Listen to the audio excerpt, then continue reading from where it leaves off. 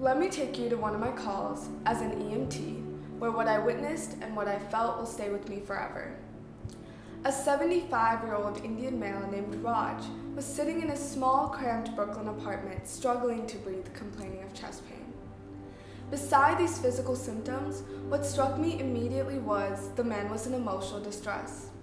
His wife, son, and daughter had died, leaving him alone with nothing but memories and his few belongings that were beside him. English was not his first language, Hindi was, so he struggled to communicate with me during my patient assessment. His pain was palpable and it broke my heart. But what was even worse was the indifference of the other 8 EMTs. He was just another task to be completed at 2 a.m.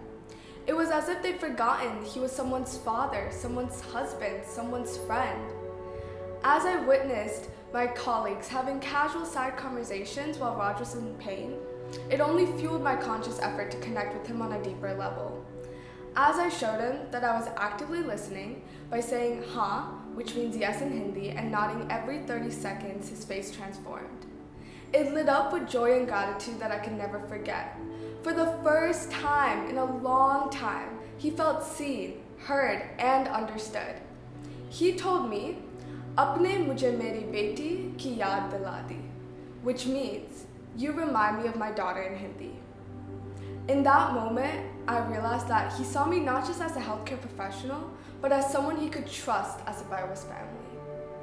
And that is the power of culturally competent care. The power to connect with patients on a deeper level and truly understand their needs with just one word like "ha." His story is not unique. It's just a moment that opened my eyes to a problem all too common yet often overlooked. 1 out of 5, or over 60 million people in the United States speak another language at home. 42% of this group is limited English proficient, meaning they speak English less than very well. So if we do the calculation, about 20 million people in the United States have the potential to face the same issue as Raj, which is unacceptable. Thankfully, there are laws in place to protect these patients.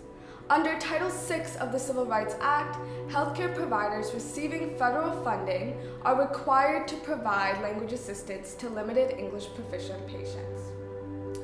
But why is it that in a country as diverse as ours, do we still struggle to provide adequate care for patients from diverse cultural backgrounds?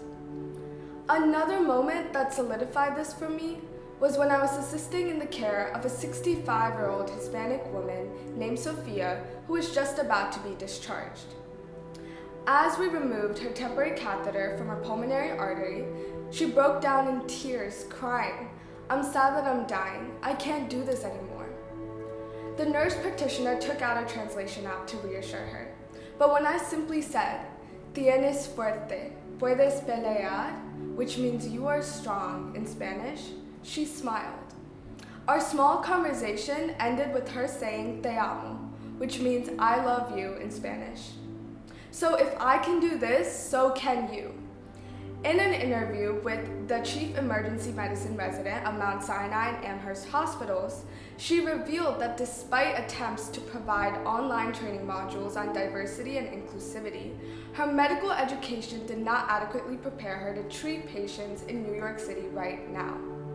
However, since she grew up in a diverse community similar to her patients, she was able to bridge the gap between them and her colleagues.